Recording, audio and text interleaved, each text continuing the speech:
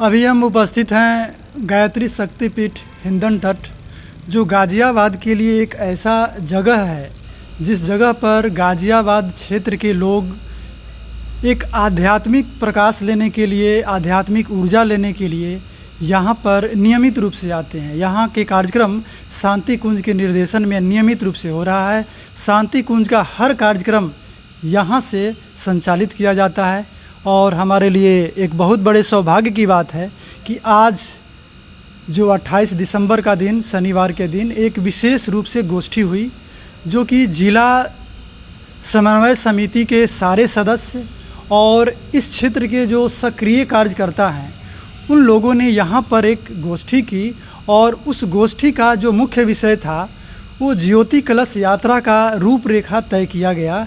उसके संबंध में विशेष रूप से चर्चा हुई।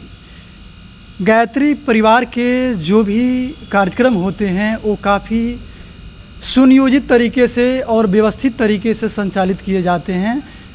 इसका एक रूपरेखा हम यहाँ पर कोशिश करेंगे आपके सामने प्रस्तुत करने के लिए। सौभाग्य से हमारे बीच गायत्री शक्तिपीठ हिंदन तट के व्यवस्थापक आदरणीय श्री गुरुदयाल वर्मा जी हैं। उप जोन समन्वयक मेरठ के आदरणीय श्री ज्ञानेंद्र भारद्वाज जी हैं और नजीमाबाद जोन समन्वयक आदरणीय श्री डीपी सिंह जी हमारे बीच उपस्थित हैं। हम आप सभी को नमन करते हैं, वंदन करते हैं।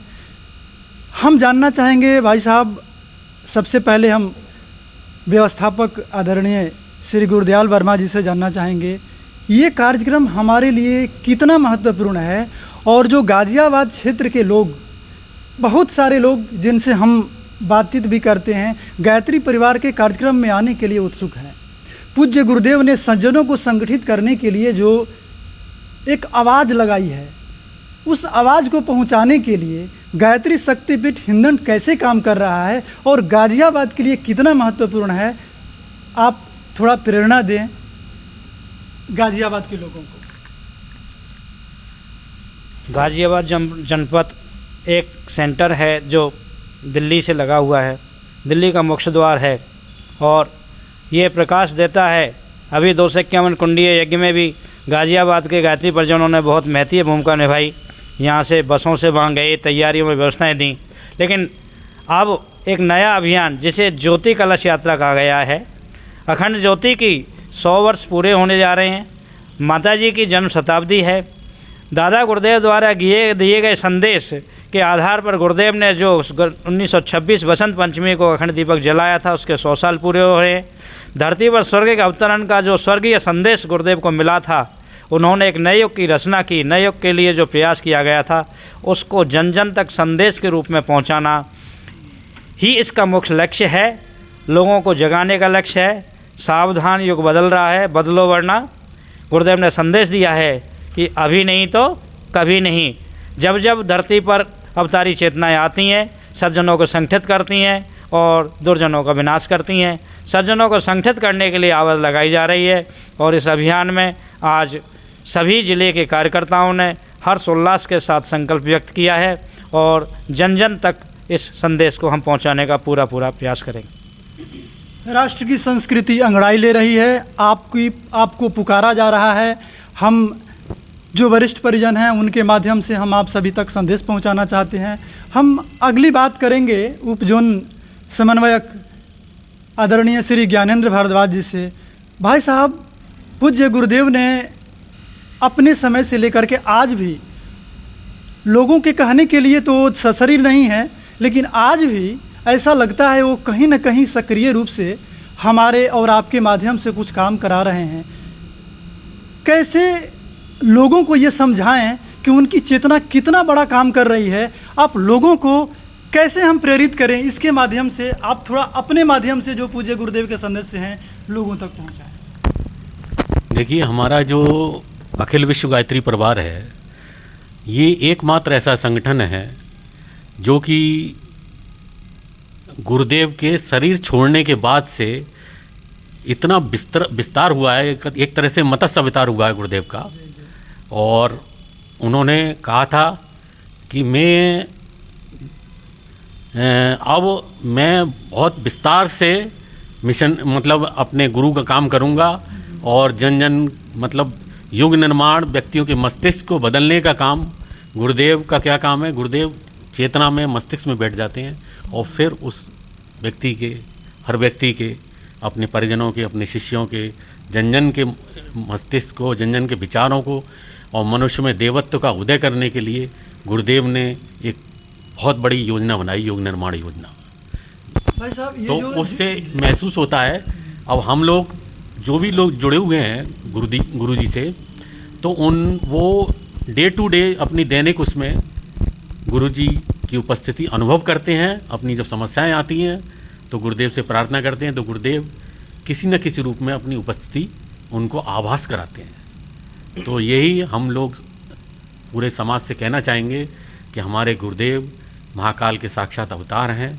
एक बार गायत्री मंत्र से, हमारे गुरुजी से, गायत्री माता से जुड़कर देखिए, तब अपने जीवन में चमत्कार देखिएगा कि कितने मतलब ट्रिमेंडस चमत्कार होते हैं गायत्री परिवार से जुड़ने के बाद, गुरुजी से जुड़ने के बाद। और मैं तो हर समाज के हर व्यक्ति से निवेदन करूंगा कि एक बार गायत्री मंत्र से ज़रूर जुड़ें। गायत्री मंत्र सद्बुद्धि का मंत्र है, इससे हमें सीख मिलती है कि क्या हमें क्या करना है, क्या नहीं करना है, सद्बुद्धि मिलती, विवेक मिलता है। और गायत्री मंत्र का जाप या साधना एक समर्थ गुरु के संरक्षण में हम लोग करेंगे तो उसका कई गुना अधिक हमें फल मिलेगा। यही मैं सबको संदेश देना चाहता हूँ।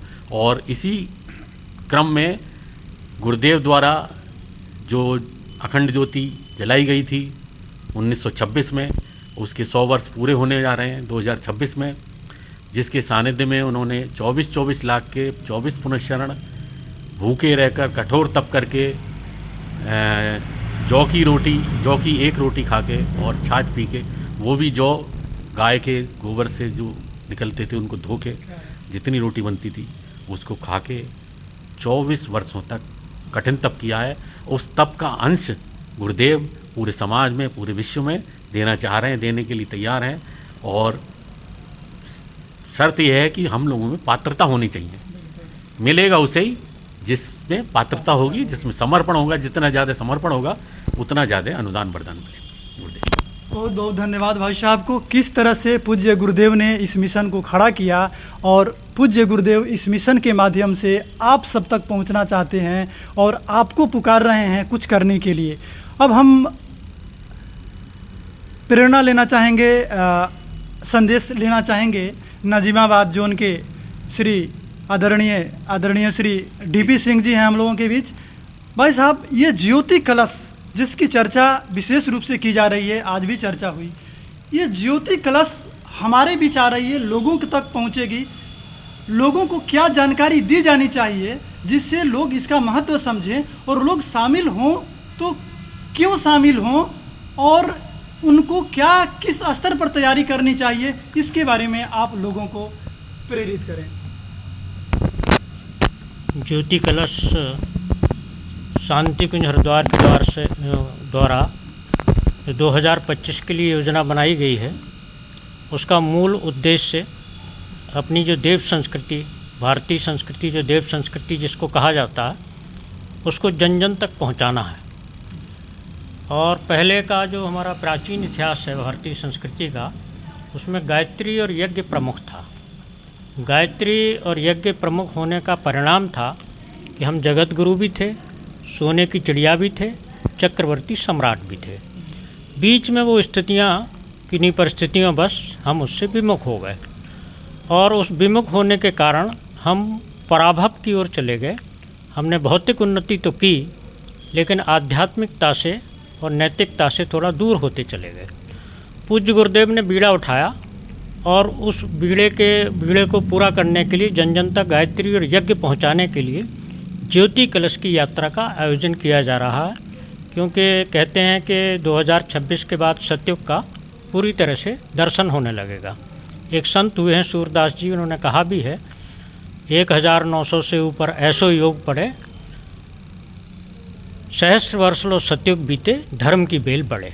ये वो कह गए हैं सूरदास जी। तो ऐसी परिस्थितियां पैदा हो गई। आने वाला समय संकट का भी है, अच्छा भी है और बुरा भी है। देखने में सुनने में ऐसा लग सकता है कि अच्छा कैसे है और बुरा कैसे, एक साथ कैसे हो सकता है, एक साथ दोनों चीज़ें कैसे हो सकती हैं? हाँ, हो सकती हैं। महाभारत काल में भी हुआ, रामायण काल में भी हुआ। रामायण काल में राम और उनके अनुयायियों के लिए अच्छा समय था, रावण और उनके अनुयायियों के लिए खराब समय था। ऐसे ही महाभारत काल में कृष्ण और पांडवों के सहयोगियों के लिए अच्छा समय था, कौरवों के अनुयायियों के लिए खराब समय था। ऐसा ही इस समय है, जो वही शक्तियाँ सर्वाइव कर पाएंगी जो आध्यात्मिक रूप से संपन्न होंगी। ऋषि सत्ताएँ पूरी तरह से तैयार हैं और मस्तिष्क को बदल रही हैं। लोगों का मस्तिष्क और विचार बदल रहे हैं, राजनीतिज्ञों का विचार बदल रहा है, वातावरण का परिष्कार हो रहा है। तो वातावरण का परिष्कार करने के लिए बहुत सारे जो बड़े बड़े काम हैं वो देव शक्तियों ने खुद ले रखे हैं। और जो गायत्री परिवार के जिम्मे जो काम दिया है वो दिया है देव मानवों के निर्माण का। देव मानवों कैसे निर्माण होगा? अगर वो गायत्री और यज्ञ से जुड़ेंगे तो आने वाली विभीषिकाओं का सामना भी कर पाएंगे और अपने आप को सर्वाइव भी कर पाएंगे। इस तरीके से हम लोग ज्योति कलश जो है वो पूज्य गुरुदेव वंदनीय माता जी के आशीर्वाद से श्रद्धेय दीदी, श्रद्धेय डॉक्टर साहब ने 2400 तीर्थों का जल और रज और शक्ति संपन्न करके उसे अमृत कलश के रूप में हम लोगों को दिया है।